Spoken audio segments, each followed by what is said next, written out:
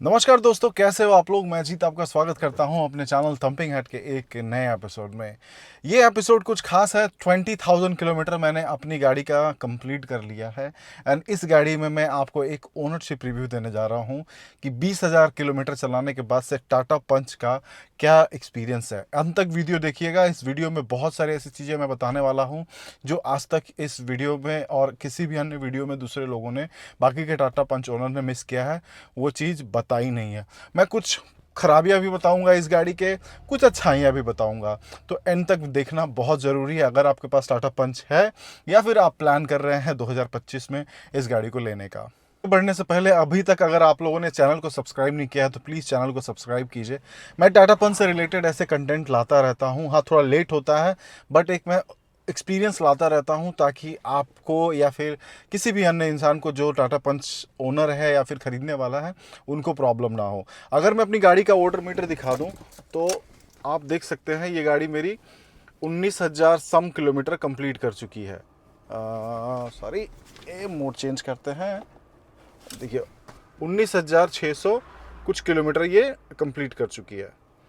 अब अब इतना ये गाड़ी चलाने के बाद से जाहिर सी बात है 20,000 चलाने के बाद से मैं ये कह ही सकता हूँ कि हाँ, मैं एक genuine Tata Punch owner and genuine ownership experience दे सकता हूँ जो मैंने एग्जैक्टली फील किया है इस गाड़ी से पिछले 1.5 साल के अंदर। सबसे पहले तो पहली खामियां मैं ये बताना चाहूँगा दोस्तों, इस गाड़ी का जो फिट एंड फिनिश है, ठीक है, फिट एंड फिनिश में ये गाड़ी उतनी अच्छी नहीं है as compared to other brands. उतना अच्छा इसका फिट एंड फिनिश नहीं मिलेगा आपको। और हर जगह आपको कहीं ना कहीं पैनल गैप्स और कहीं ना कहीं कुछ ना कुछ आपको दिक्कत मिलती रहेंगी। और जिस हिसाब से ये गाड़ी है उस हिसाब से आपको कहीं ना कुछ कमियां आपको नज़र आती रहेंगी। और सबसे बड़ी कमी उसकी मुझे ये नज़र आती है कि वहाँ से जो इसका जो नॉइस होता है, रेटलिंग नॉइस, वो बहुत ज़्यादा है। जैसे गाड़ी में आप बैठते हैं, गाड़ी में बैठने के बाद से ये जो डैशबोर्ड का साउंड या फिर ऐसे ये हार्ड, क्योंकि ये पूरी गाड़ी जो है वो हार्ड प्लास्टिक है, ठीक है, हर जगह से इसके रेटलिंग नॉइस आते हैं। कहीं से कट कुट की आवाज़, खटर पटर, ये सारी चीज़ें आवाज़ आपको आती रहती हैं। ये आप महसूस कर पा रहे होंगे। अगर आपके पास टाटा पंच है तो आप मेरे से रिलेट कर पाएंगे। बढ़ते हैं दूसरे पॉइंट की तरफ। दूसरा पॉइंट दोस्तों, टाटा की गाड़ी है, 5 स्टार रेटेड गाड़ी है, तो ये टैंक है, ठीक है। आप इतनी मजबूत गाड़ी है ये कि आप इसमें बहुत सुरक्षित महसूस करते हैं अपने आप को। उसके साथ साथ आपको ना ये भी महसूस होता है कि साला ये मतलब हर जगह, मतलब प्लास्टिक तो है बट ये साला लोहे से भी बेकार है। इतना हार्ड है ये, हर जगह जहाँ भी आपको डे टू डे रूटीन में जहाँ भी आपका हाथ जाता है वहाँ पे हर जगह आपका एकदम हार्ड प्लास्टिक। यहाँ पे अगर आप हाथ रखते हैं, हाथ रख के ऐसे बैठते हैं तो ये आपके हाथों में दर्द होने लगता है। ड्राइविंग करते वक्त आप यहाँ पे हाथ रखते हैं, यहाँ पे आपका हाथ दर्द होने लगता है। ये इतना हार्ड है, सब कुछ इतना हार्ड है। बस ऊपर का जो फ्लोर है ये थोड़ा सा कुछ नहीं है, बाकी हर एक चीज़ एकदम हार्ड प्लास्टिक, एकदम इतना हार्ड प्लास्टिक कि भैया कि हाथों में दर्द होने लगता है लिटरली रखे रखे। कहीं भी सॉफ्ट टच का इसमें इस्तेमाल नहीं किया गया है इस गाड़ी में। ये बहुत ही नेगेटिव पॉइंट है। कहीं ना कहीं थोड़ा सा सॉफ्ट, भाई इतने पैसे तो ठीक है, कम है, बट कहीं ना कहीं तो आपको सॉफ्ट टच एक फील कराना चाहिए था इस गाड़ी में। एटलीस्ट यार लेदर ही डाल देते जहाँ पे इंसान अपनी कोनी रखता है वाइल ड्राइविंग। ठीक है, बढ़ते हैं अगले प्रॉब्लम। अगला प्रॉब्लम है दोस्त इसका शोर। देखो, हमको पता है कि टाटा पंच फेज 2 में थोड़ी बहुत नॉइस फिक्स हो गई थी इंजन के अंदर थोड़ा सा। चलिए मैं आपको दिखाता हूँ कहाँ से बोलता है ये। हाँ, नॉइस इसकी बंद हो गई थी मगर इंजन के अंदर ये देखिए, ये रहा इंजन के अंदर, ये आप ब्लैक सा देख रहे हैं, ये इंसुलेशन, मतलब इंसुलिन बोलते हैं इसको। इससे क्या है ना, गाड़ी की नॉइस ज़्यादा नहीं बाहर निकलती है, मगर काफ़ी हद तक ये कंट्रोल करने में सक्षम है और सही भी रहा है। मगर क्या है ना कि इस गाड़ी का जो नॉइस है, अगर आप शहर में चल रहे हैं तो आपको इतना महसूस नहीं होगा, मगर अगर आप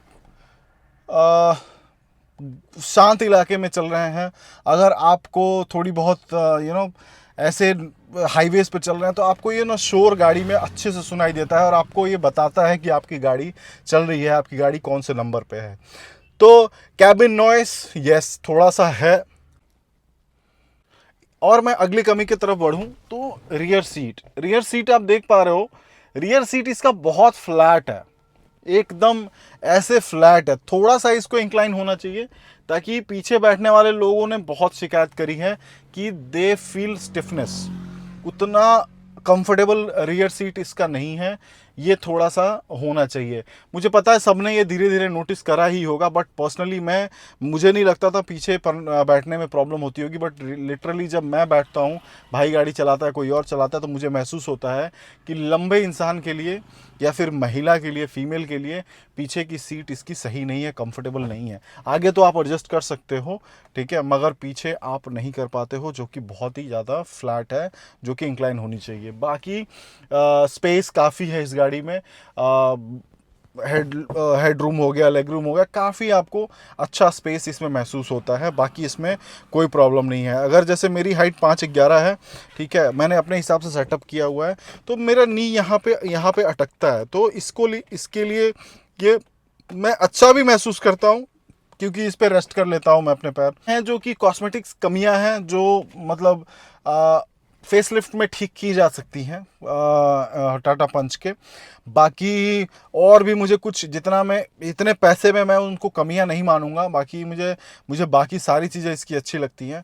बाकी और किसी भी चीज़ में मुझे कमी महसूस नहीं होती है। बाकी सब कुछ मस्त है, कोई दिक्कत नहीं है। ये चीज़ हो गई जो हर एक गाड़ी में प्रॉब्लम होती है। बाकी सॉफ्टवेयर रिलेटेड प्रॉब्लम, कुछ ग्लिच है, माइलेज, ये सब कुछ गाड़ी टू गाड़ी वैरी करता है, चलाने वाले पे वैरी करता है कि कौन बंदा कैसे चलाता है। अब मैं बढ़ता हूँ, इसके कुछ कुछ पॉजिटिव पॉइंट्स हैं जो मुझे इस गाड़ी से प्यार करने में मजबूर कर देता है। सबसे पहला जो प्लस पॉइंट है मुझे इसका लुक, इस गाड़ी का लुक एंड फील बहुत अच्छा है। लुक एंड फील इतना प्यारा है इस गाड़ी का कि रोड पे चलती है तो कभी भी छोटी गाड़ी ये नहीं लगती है। बट अगर इसका डायमेंशन आप देखो तो ये गाड़ी छोटी है, मगर आपको कभी भी छोटा प्रेजेंस इसका जो है वो बोल्ड प्रेजेंस है, बहुत अच्छा प्रेजेंस है। सेकंड, इसका मुझे जो पॉजिटिव लगता है इसका इंजन रेवोट्रॉन 3 सिलेंडर इंजन बहुत ही पावरफुल है। इतना पावरफुल इंजन है कि मतलब कि आपको एक इतना अच्छा से ट्यून्ड है ये कि 60 से 80 की स्पीड पे आप चलो, नॉर्मल शहर में चलो, गांव में चलो, हाईवेज पे चलो, 90-90-100 आपको बढ़िया पावर, बढ़िया आपको माइलेज ये निकाल के देता है, ठीक है। एसी इसका एक नंबर है। एसी इसका आपको कैबिन तुरंत ठंडा कर देता है, ज़बरदस्त एसी है इसका, ठीक है। इंजन पावरफुल है, माइलेज आपको देता। पावरफुल का मतलब मैं ये नहीं कह रहा हूँ कि आप ओवरटेक कर सकते हो, टर्बो चार्ज की तरह चलेगा। मेरे कहने का मतलब है कि इस गाड़ी के हिसाब से इंजन इसका काफ़ी ठीक है एंड अच्छा मैनेज करता है for this Tata Punch only.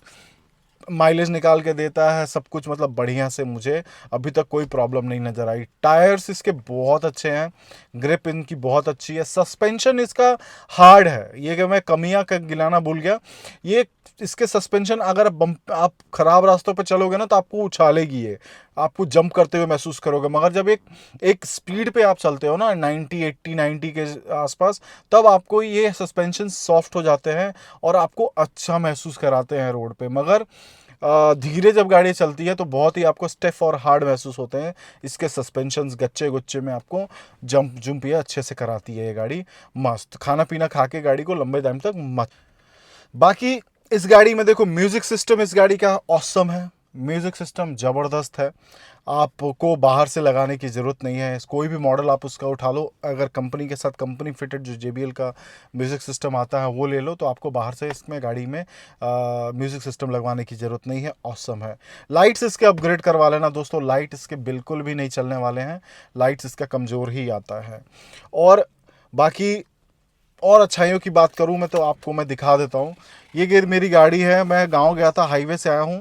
700 कुछ किलोमीटर इसको मैं नॉर्मली चला चुका हूं, ठीक है, हाईवे के बाद से। फिर भी जो एवरेज देखो तो एवरेज मुझे 15.9 का आ रहा है, जो कि बाहर निकलना, ऐसे ही नॉर्मली मार्केट जाना, सब्जी ले आना, मॉल जाना, ये नॉर्मल है, जिसमें टॉप गियर लगता ही नहीं। 1 नंबर, 2 नंबर, 3 नंबर तक, 4 नंबर तक मैक्स गाड़ी चलती है। तो उसमें मुझे ये शहर में माइलेज निकाल के देती है। सिटी में हाईवे पे 25, 24, कभी कभी तो 26, 28 भी इसने माइलेज निकाल के मुझे दिया हुआ, which is and with A सी।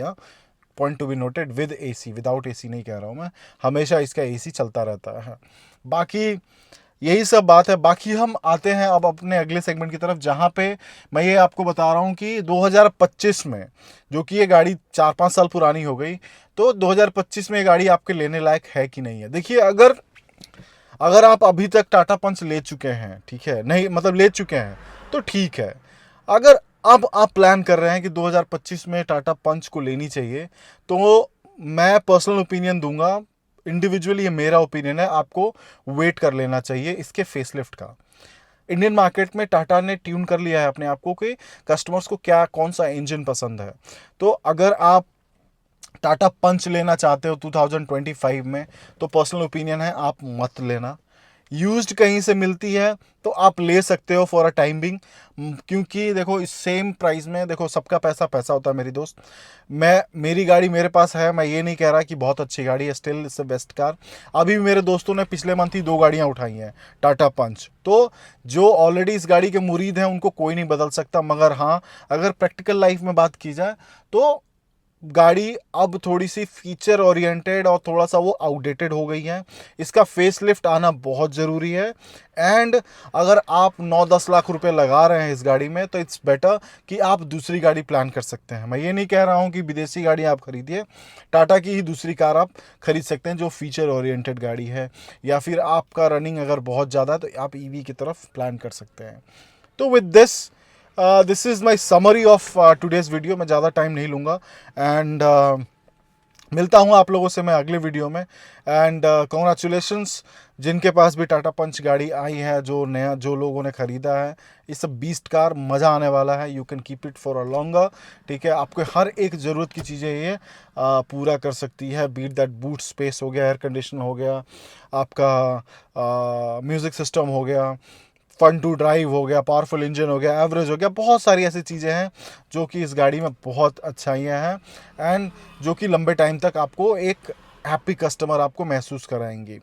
तो अगर आपके पास कोई भी सुझाव है, कोई ऐसे फीडबैक है जो आप सहमत नहीं हो मेरे फीडबैक से, please do comment in the comment section.